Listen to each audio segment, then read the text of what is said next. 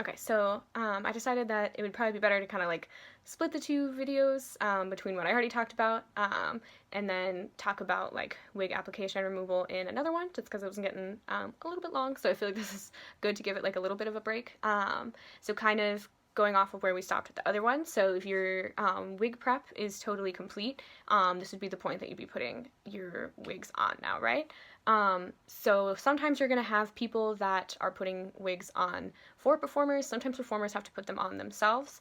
My number one thing that I absolutely hate when it comes to like wig application is like I've spent tons of time like styling this wig, and then you give it to the performer and they have to put their wigs on themselves, and then you watch them and they like flip the wig upside down and like put it on their head that way and then like flip it back, and I feel like your heart just like drops in that moment, because you really need to think about like how much time someone has spent styling something, and then you just literally like flipped it upside down. And like obviously there's going to be shows sometimes where like people are going to be upside down because they're going to be like dancing or something like that, but please don't do that. Like I urge you, just like please never, like if it is your own personal wig and it's not for a show and like you're living your life, then like that's fine. But if somebody spent so much time styling this wig for you and you are responsible for putting it on yourself, please be respectful of them and their work, and please don't do that.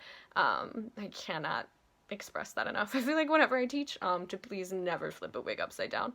And I know that things are crazy and like changes are crazy, and like I had to change ones where like I had to literally stand with like hair gel in my hands to style someone's hair because there was not enough time for me to like get it out of a container during the change. So like crazy things have to happen sometimes, but if you can avoid it, please never do that. So going back to like how to do this properly then, right?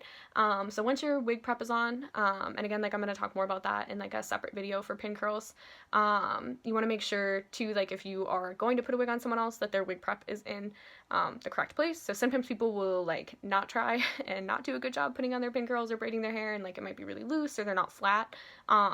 If the wig prep isn't done correctly, you're not going to be able to put the wig on correctly. So you need to make sure like people at least like at the very least, and everywhere you work is going to be different, so follow what they tell you to do. But like when I'm working, I at least like I need like one or two here to pin into. I need something by the ears and something in the back. It's good if there's a lot in the front to pin into, but if you can't do that, at least give yourself like a good place to anchor the front. If it is a hard front wig, you may only need like a pin here, here, here, and here, and here. But if it's a lace front, and if it's a lace front that's like not made for somebody, or even like a hard front wig, even that's like not the best fit on someone, you might have to add a lot more pins in. Like I've had a lot of people that like love pins in the very top. So you might have to add a lot of pins into something. So don't always think that like every single person you work on is only going to need a couple of pins here and there, just because every person also has like their own preference for how they want their wigs to fit, and that's like the most important thing. Like once you do get a wig on somebody, you need to make sure that they feel secure in it. You need to make sure none of the pins are hurting them, and I usually have people like move their head around too, just to make sure that it's not going to like immediately like slide back or fall off.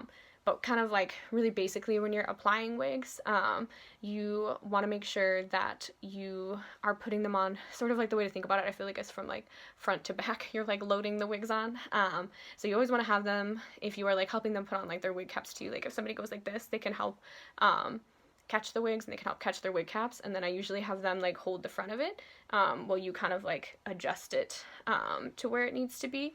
And then if it is a lace front, they want to hold on top of the lace. They don't want to put their hands like under the lace because that might stretch it.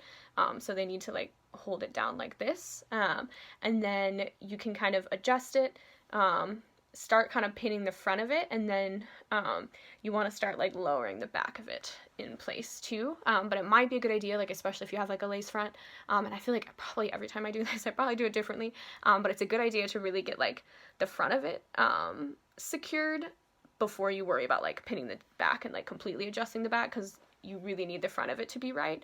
And a lot of times the back we can kind of like finesse and kind of like make it be whatever we want if we have to, but the front, there's not much you can do. So really like pay attention, get the front to where you need it to be, get the front pinned down, get the front glued down, and then we can worry about like really adjusting the back. Like obviously you don't want it like completely like hanging off of somebody's head. I do like to kind of put it in place a little bit before I start like pinning, but it's a good idea to always get like that center front figured out, and like the sides, and get your lace glued down if you're going to do that, and then really worry about the back, because probably on most people you are going to have to like really like manipulate the wig to get it to stay on, because sometimes the styles themselves might not cover well, or just like people with baby hairs, and there's a lot of different things that could happen, but you really want to make sure that the front of it looks good.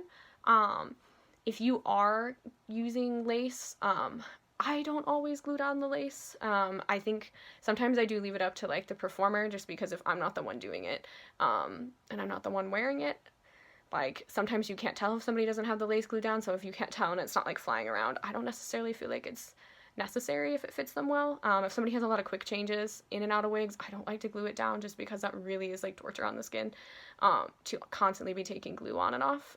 But if it's something that they have to wear for like a really long time, or it's like the performer was talking about that had like the metal allergy and like they can't have any pins, glue is like all you have, you might really need to glue it down. Or if like the lace is too big, sometimes you're able to kind of like fold it and like tuck it under, but it's a lot better if you can just glue it down.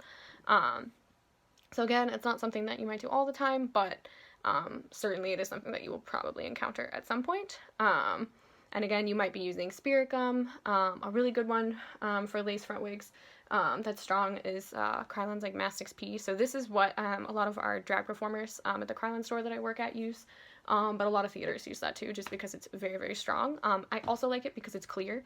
So because it's clear, I feel like it has less of a tendency to get that sort of like yellowish like crustiness that spirit gum gets. So that is a really popular one. Otherwise, some people will use like silicone adhesive. If like regular spirit gum is too strong, or not too strong if it's not strong enough, or if someone is allergic to spirit gum too, silicone adhesive might be like your next best option.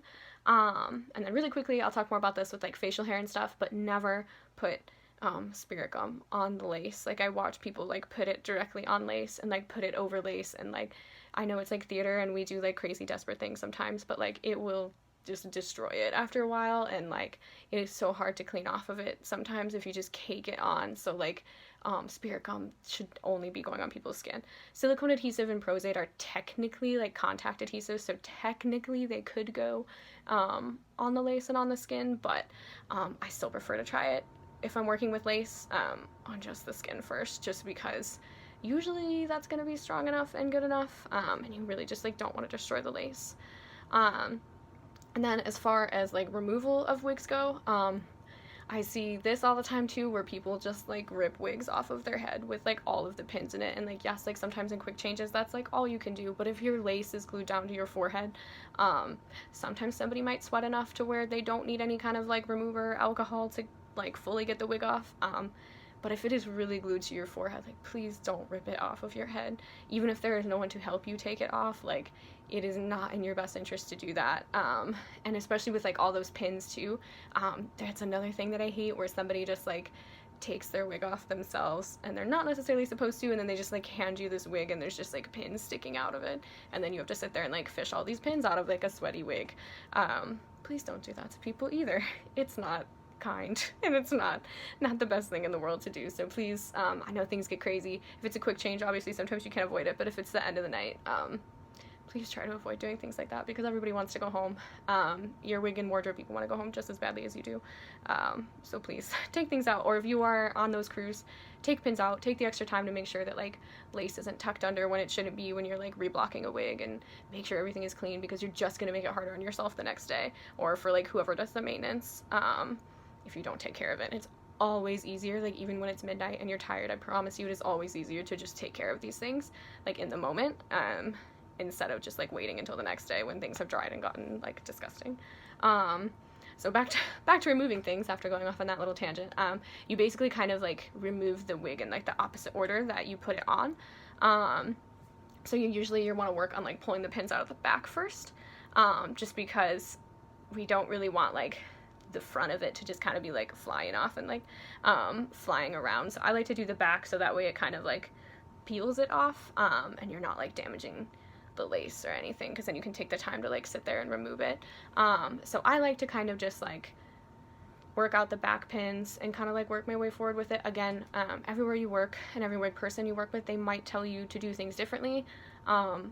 Generally just follow whoever is in charge of you and what they're telling you to do. If it is something like you know is very, very wrong, maybe try to have a discussion with them about it. But again, like everybody does kind of have like their own way that they like to take care of things. So sometimes you do have to go with things that might be different than like the way I was taught, or the way that like I'm teaching you now, or like your book says, or whatever.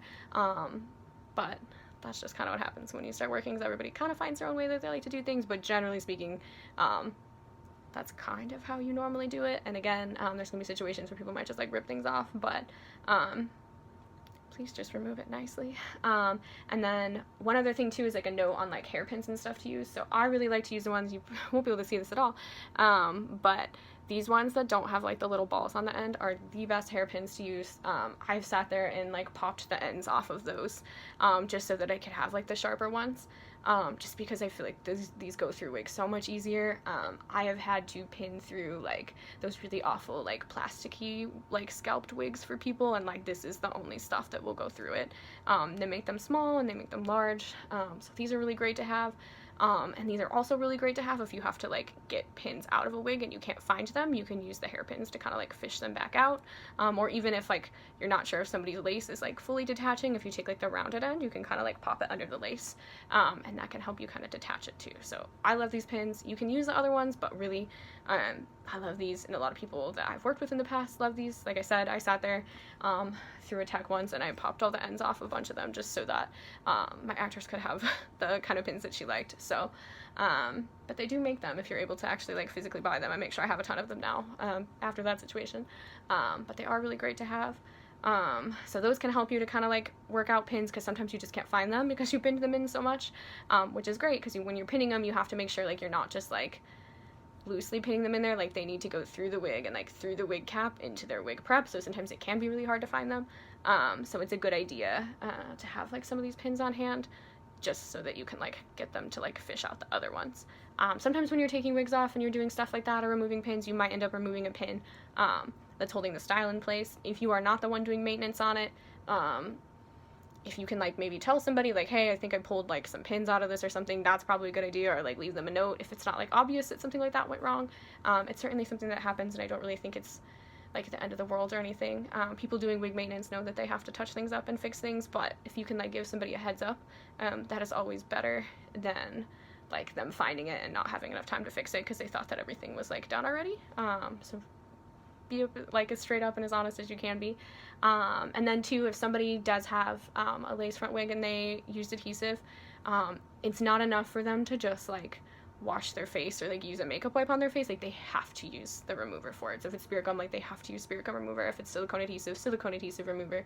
Prozade remover, like they have to use a remover. I had somebody who it was like prosthetics, it wasn't lace, but still I had somebody who like didn't remove their spirit gum once, and they had been doing it like every single day for a few weeks. They didn't do it once, and their ears blistered from their prosthetic and from the spirit gum not being properly removed. So it doesn't take much for it to mess up your skin. So please, like that's something too where it takes like maybe 30 seconds or a minute to just like run over your face with some of the spirit gum remover. Please just always use a remover. Even if it feels like it came off okay, or if you sweat your wig off or whatever it is, still just like if you know you had glue somewhere, I don't care how sweaty your performer is or how sweaty you are, just take some of the remover and just wipe it off, just so that you know that you are not leaving something on your skin that should not be there.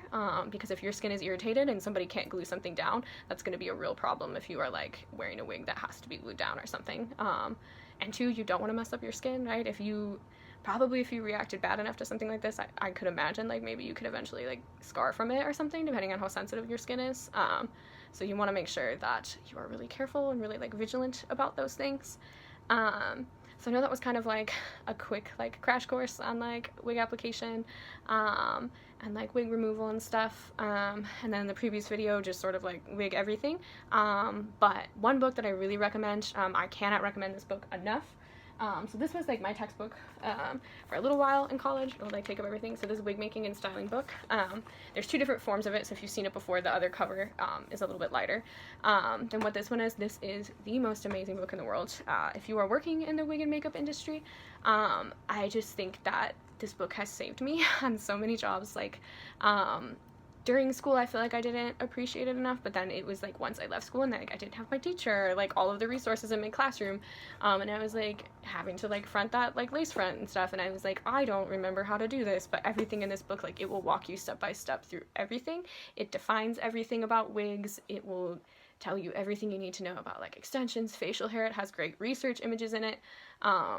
It will teach you how to ventilate. It will do everything. I'm still a firm believer in having like actual books. Like the internet is great.